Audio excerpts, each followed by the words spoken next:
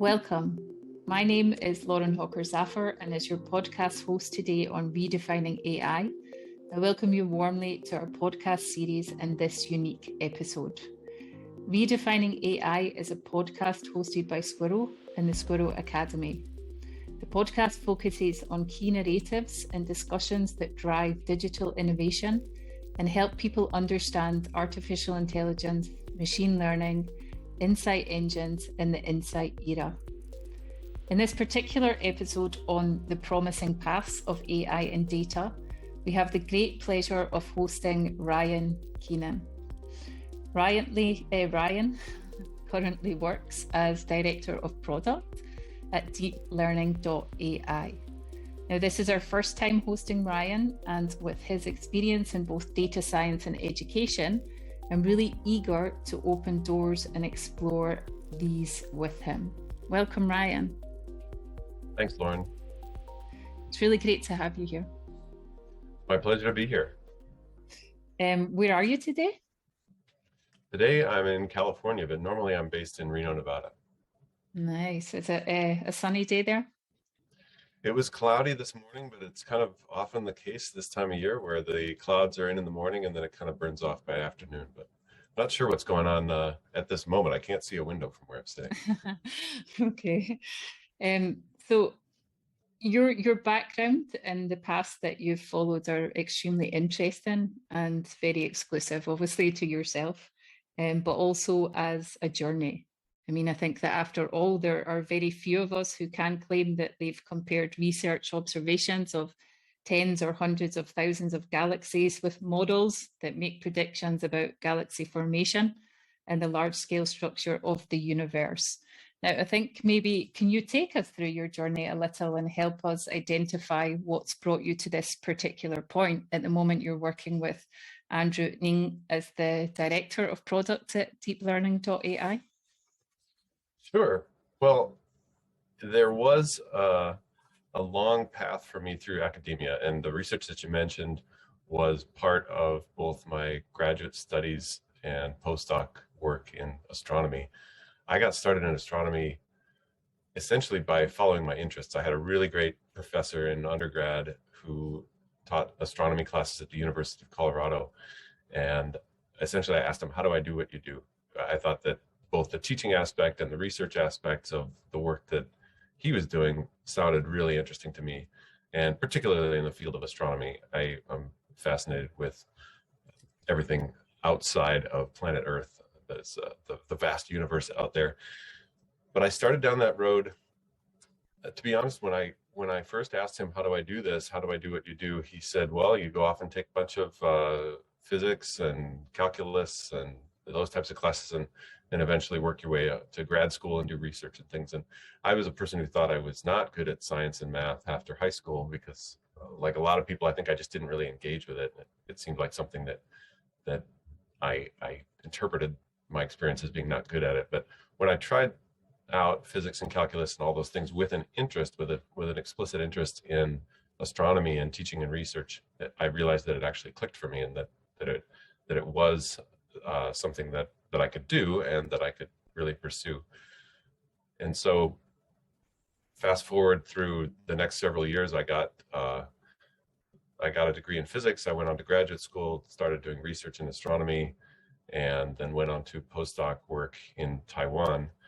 And while the universe to me is still fascinating and exciting, I feel like the work that I was doing became a little bit frustrating because I felt like it wasn't that impactful. So my research was interesting to me, it was interesting to some colleagues, but it wasn't necessarily something that had much of an impact on the rest of planet Earth or things that other people were involved in here. So I was seeing some of my colleagues move towards data science, and I started to explore that path myself, and eventually decided that was for me, and that I'll stop looking for my next role in academia and instead just quit my postdoc and went on to start studying data science and machine learning. And after about a year of that, I feel like well positioned to try to start applying for jobs in data science. But having had that path that's really much like the path that a lot of our learners are on at DeepLearning.AI, I was exposed to a lot of online education. Of course, that's the kind of courses I was taking, and I started to get excited about the possibility of entering that field, where it felt like I could still take some of the things I liked about academia and apply them in this transition to tech. So I ended up, long story short, with some possibilities to go be a data scientist in a couple different companies, and possibility to go be a curriculum developer at Udacity. At that time, that was the first company I joined, and it just seemed like a better fit to me. So I started that journey into curriculum development and online learning, and that's one way or another what I've been doing through several roles over the last 5 or 6 years. Yeah, I mean, it's fascinating. And I think that there's a lot of components that you've highlighted there that tie into everything that we want to strive for and forefront in education as well. I mean, you spoke about the professor who influenced you quite heavily. There's a question that I want to ask you about that. So a lot of people do claim that if content's bad and you've got a good teacher, that a good teacher can sort of spark this desire to follow that subject. Would you agree? It was obviously the case for you there. I think that it is the case. It would be my interpretation that a great instructor can really spark that interest. But you mentioned if the content's bad and the instructor is good, I'm not sure that still works. I think that the instructor has to be good and the content has to be good, and then you've got the right mix for really inspiring someone. Excellent. And I mean, another thing, like going to what you focused on at the start, I mean, you can still see that you have this passion for astronomy. If you were to tell us one thing that really, really resonated with you throughout that time, what would you tell us about astronomy? Well, I think the interesting thing for me, as a student of astronomy and physics, I think that it's easy to believe when you're first taking the introductory level classes and those things that everything's already been discovered, and that the world out there is just static and you can read textbooks about it. But as someone who eventually got into graduate studies and research and meeting people who were presenting new work at conferences, for example, and talking to each other about the latest ideas, it becomes very clear that science isn't settled yet in any way. There is a lot we know, that's for sure. I think that people sometimes make the mistake of assuming that scientists, because they don't have anything nailed down exactly, they don't know anything at all. But it's true that we know a lot about the universe. We know a lot about stars and galaxies, for example, if you're talking about astronomy. But there's a whole lot more to learn and to discover out there, and that's what really got me interested in the long run for being able to study those phenomena and dig into the data and work on new ideas and new research. Cool. Let's move from one ecosystem to maybe another ecosystem. So DeepLearning.AI is the education arm of a broader AI ecosystem that includes an enterprise solutions group, Landing, and a venture studio AI fund, if I'm correct, yeah? Yep, that's correct. So in reading about the company myself, it seems that the ecosystem was founded by Andrew to empower individuals and businesses to thrive in a future where AI is the new electricity. Now, what I'm curious about is the metaphor that's used here by DeepLearning.AI. This whole AI is the new electricity. I mean, I like it, but I want to question, what is AI to DeepLearning.AI, and what does it encompass? Like, why a new electricity? Sure, yeah. Andrew's been saying that for some time now, and I think that the metaphor is really meaning to remind us all that 100+ years ago, when electricity was first discovered and the world started to become electrified, I think it was clear to people who were close to that this is going to change a lot of things, that this is going to be something that really affects everything we do. And of course, over time, that's where we got to. Maybe, over not that many more years or decades after that, the world became electrified. Everything we do has something to do with electricity. And of course, today we take it for granted that we have lights and devices and power for all the things that we do. So the idea is that AI is in the same sort of early stage right now, where people who are close to it, I think, recognize that this is going to transform a lot of how we do things. Mhm. And we're at the point now where, even though many people don't realize it, we're interacting with some form of AI on a daily basis. So whether it's in your phone through the apps that you're using on the phone, or just internet search, or buying stuff online, getting product recommendations, behind all of this activity is some kind of AI algorithm that's playing a part, whether it's giving you the search results, or giving you the product recommendations, or doing interacting with you on the apps you're using on your phone. So it might not feel ubiquitous yet, but it's something that commonly a lot of people are interacting with on a daily basis. And then there's this whole other swath of industries and other applications that are relatively untouched by AI at this point, but that in general could benefit from integrating AI in some way into their business, their organization, their activities that they're doing. So what Andrew's suggesting from the statement, AI is the new electricity, is really that if you look back 100 years from now, AI will be as ubiquitous in everything we do as electricity is now, and the difference will be similar to going from pre-electricity to post-electricity.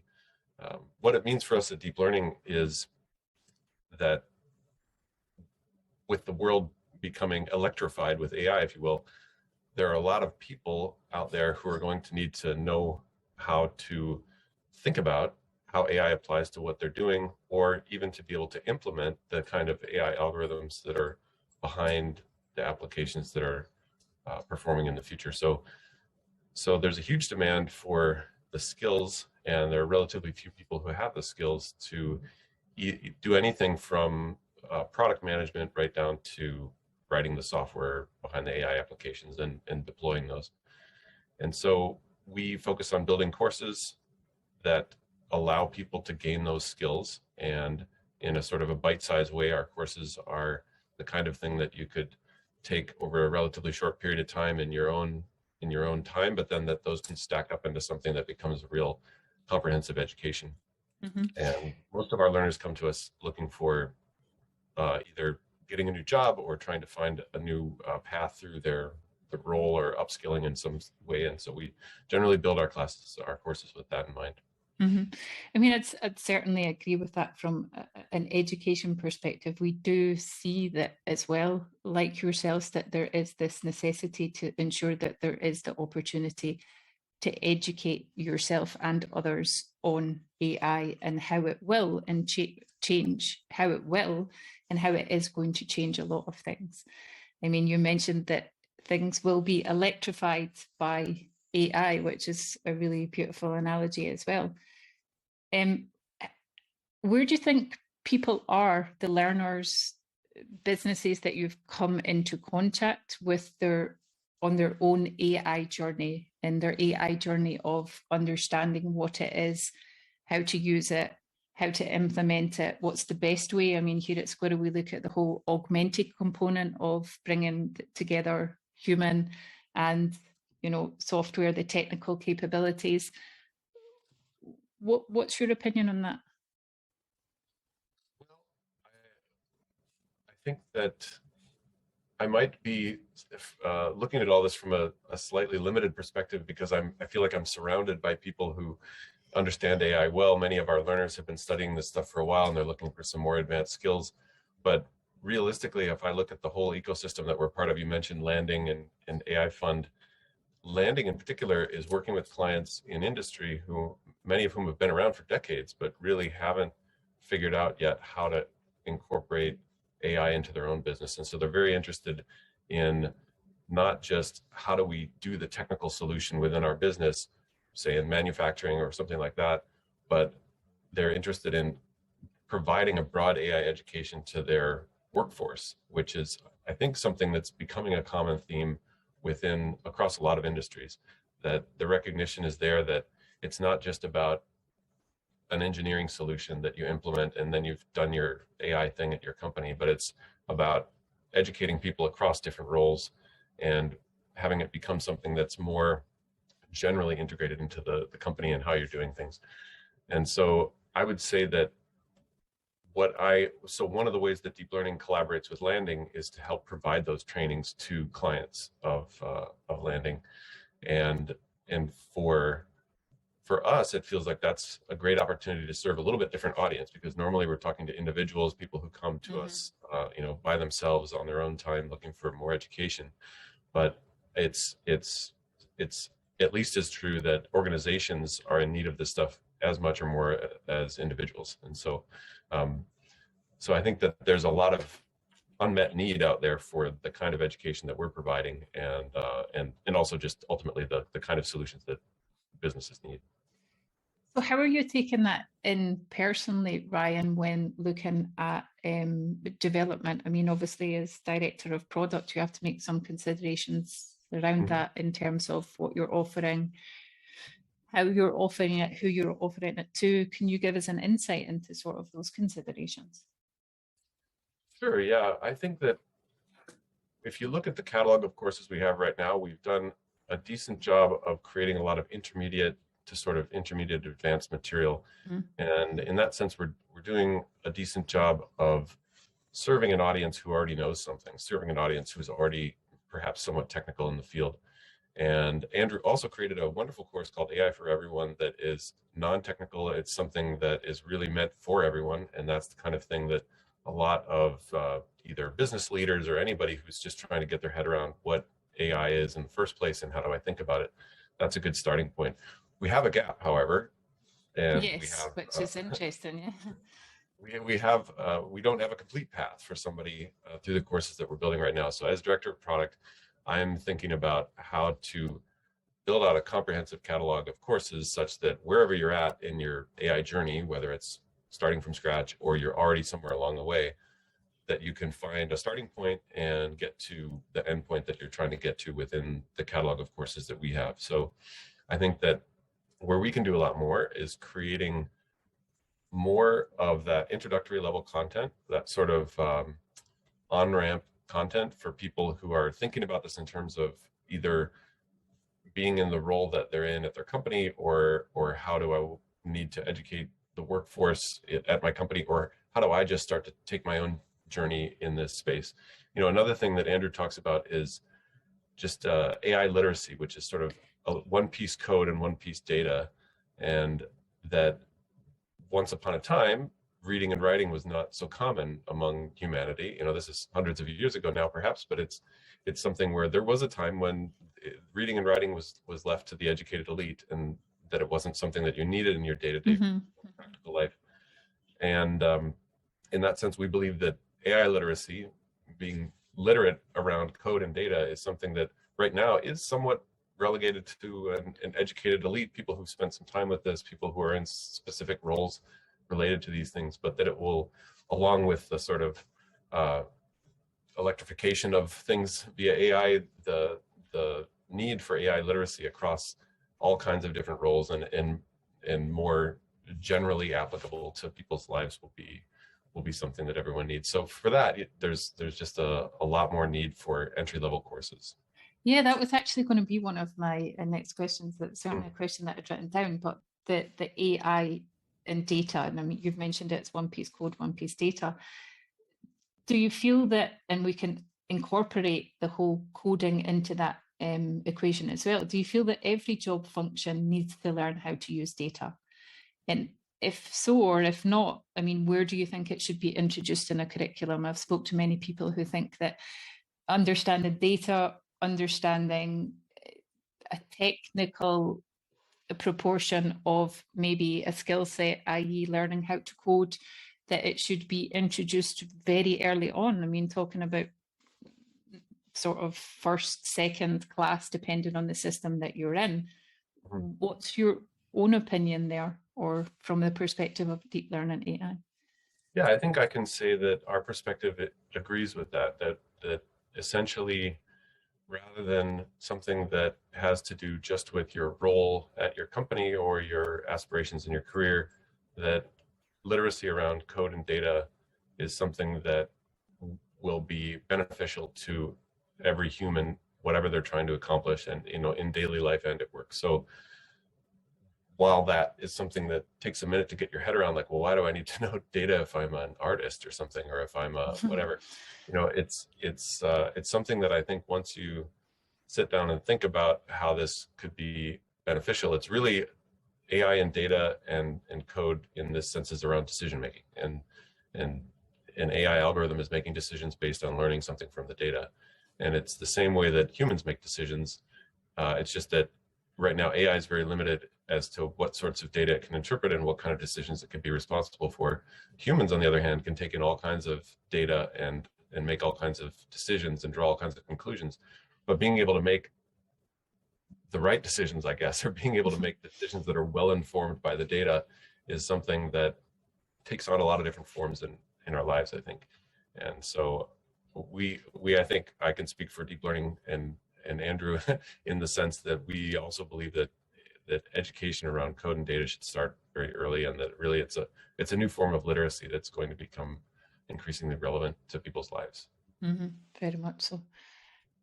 In that respect, where do you find maybe the biggest resistance at the moment? What's your biggest challenge of getting people to really understand? And I mean, we can mention just artificial narrow intelligence, where we are at the moment, but where do you see resistance, and what's your biggest challenge around educating in this domain?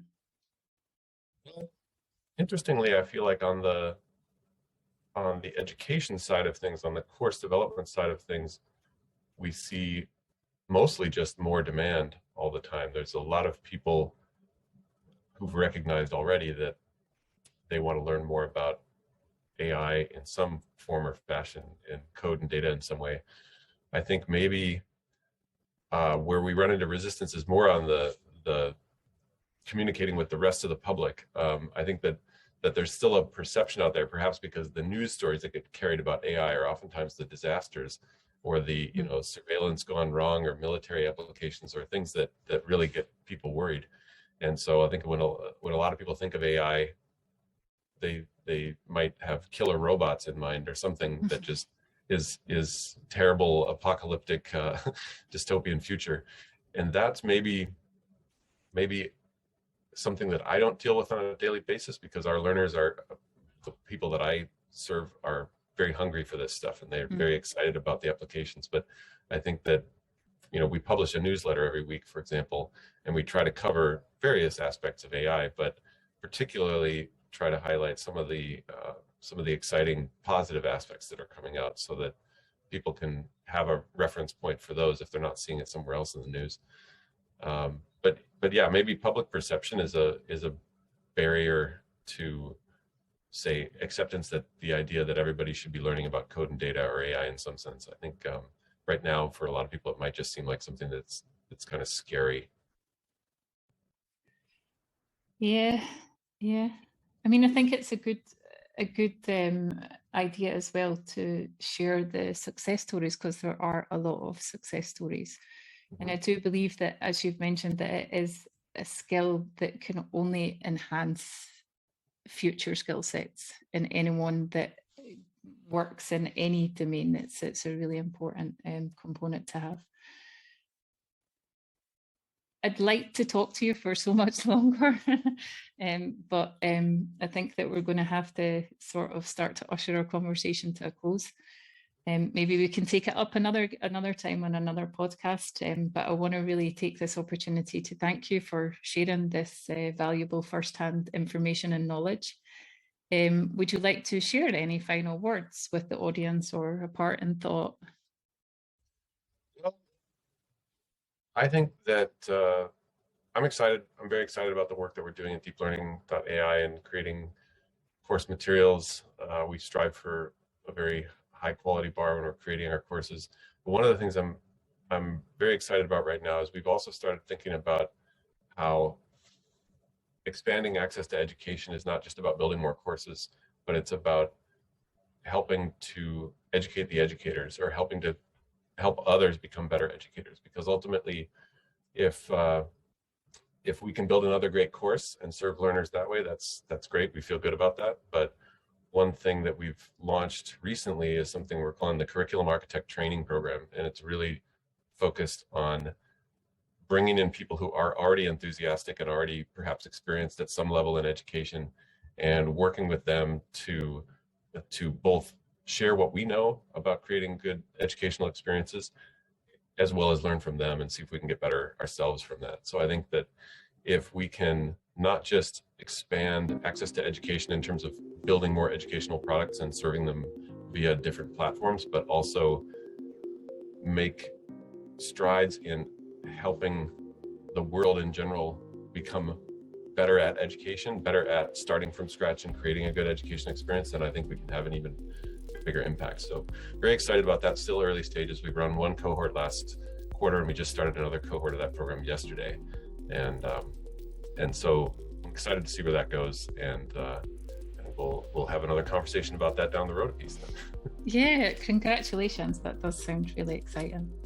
And it's certainly an angle of empowerment, and I'm sure that you'll be able to empower those future educators and being able to bring better education around AI.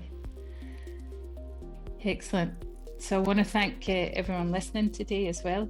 If you'd like to find out more about Squirrel and the Insight Engine, go to the Squirrel Academy on learn.squirrel.com and access our educational material. Thank you. Thanks, Lauren.